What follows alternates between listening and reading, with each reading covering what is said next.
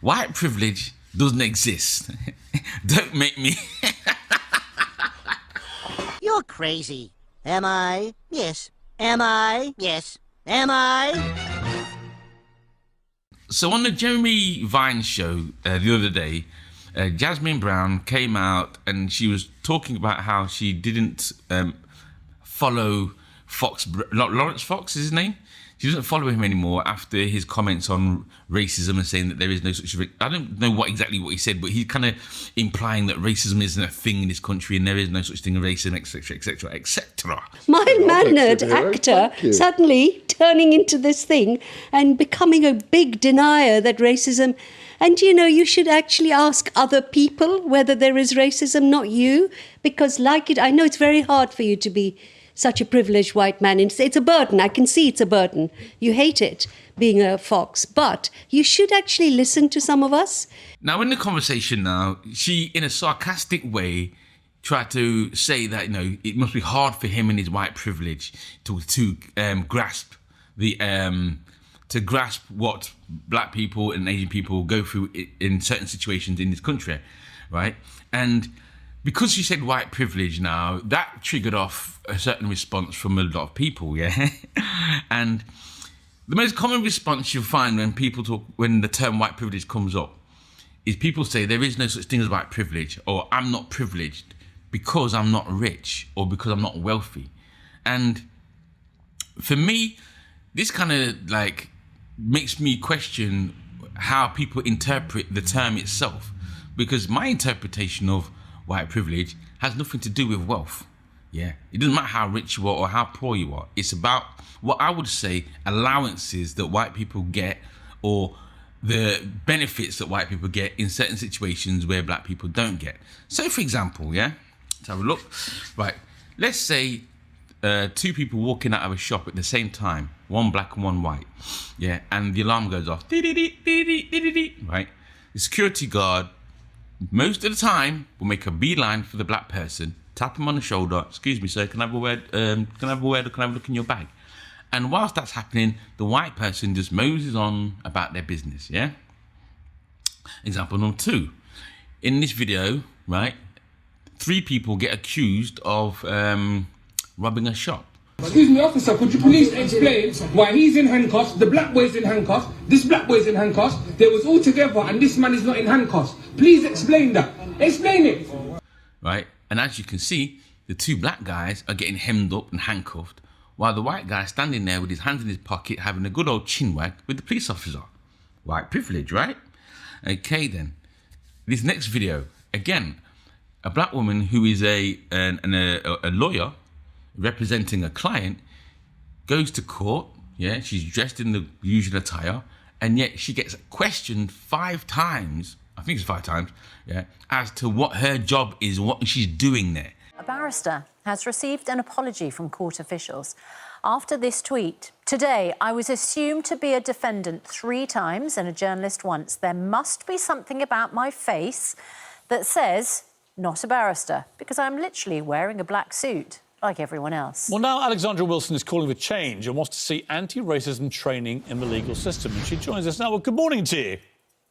And she's had to explain multiple times that, yeah, I work here, I'm representing so-and-so.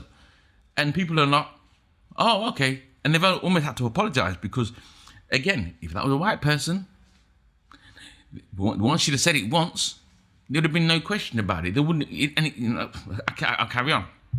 Right. The whole Karen situation, the Becky situation in America, it's not over here so bad, but, you know, the whole situation is, as a black person trying to get into a building or going to the swimming pool, yeah, is being stopped and questioned. Why are you here? Are you allowed to be here? What are you doing here? Are you supposed to? Do you have permission to be here? Blah, blah, blah, blah, this, da-da-da-da-da-da, right? And again, white privilege, because had it have been a white person, they would not have said nothing. It would have been, oh, hello, you're new, nice to meet you, enjoy your day. You know what I'm saying? Another example would be me going to the pub. Me and my friend went to the pub the other day, well, not the other day, but before the lockdown, and we were trying to get into a pub. It was, you know, get a quick drink, And the bouncer said, "No, not tonight, lads." Right? Now we've not been drinking, we're not started yet. We were sober as heck. We were dressed in the right clothes. You know what I mean? We weren't in being rowdy or being no trouble or nothing like that. And we're asking why, and he goes, "Oh, just not tonight, lads." Right? And as we're standing there, a group of about 5 drunken guys, white guys, who obviously had something to drink because they were staggering all over the place, they moseyed on through the door, no questions asked.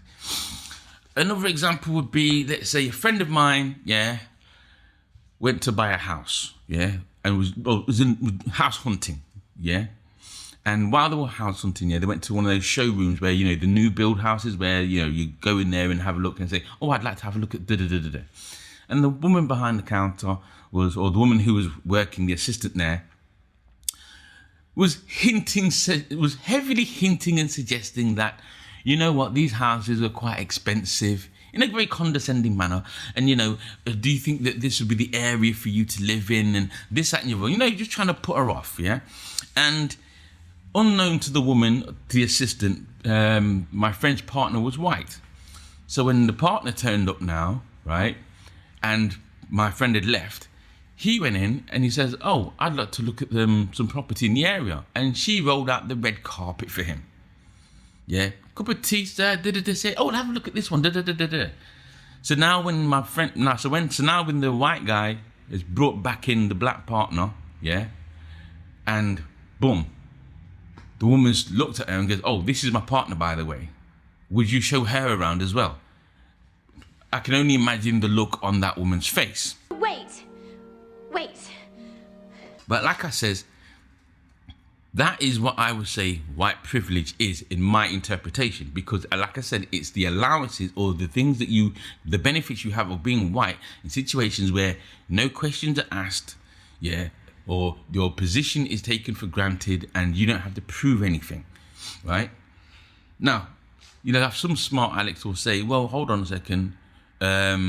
Like, what's his name? Jordan Peterson. Now, I've watched him kind of like discuss white privilege and try to break it down and try to say that he tried to marginalize it or diminish it, should I say, right?